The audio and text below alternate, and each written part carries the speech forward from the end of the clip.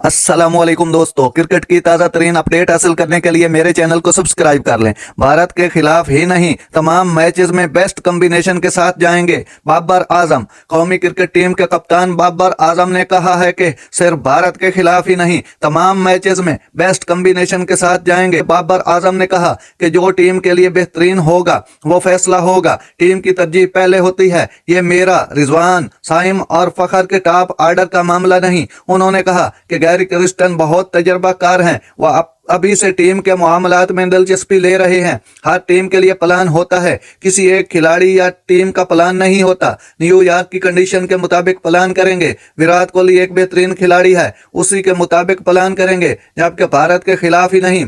बाबर आजम का कहना था कि आयरलैंड और इंग्लैंड में कोशिश होगी वर्ल्ड कप स्क्वाड को मैदान में उतारें। रोटेशन के लिए टाइम कम है, अब वही खेलेंगे जो हम वर्ल्ड कप के लिए प्लान कर रहे हैं। कौमी टीम के कप्तान ने मजीद कहा कि हसन अली बैकअप के तौर पर है। यह बात सिलेक्टर ने भी वाजे की है और हसन अली तजर्बाकार बॉलर हैं, जबकि मोहम्मद अली न्यू बॉल के बॉलर हैं।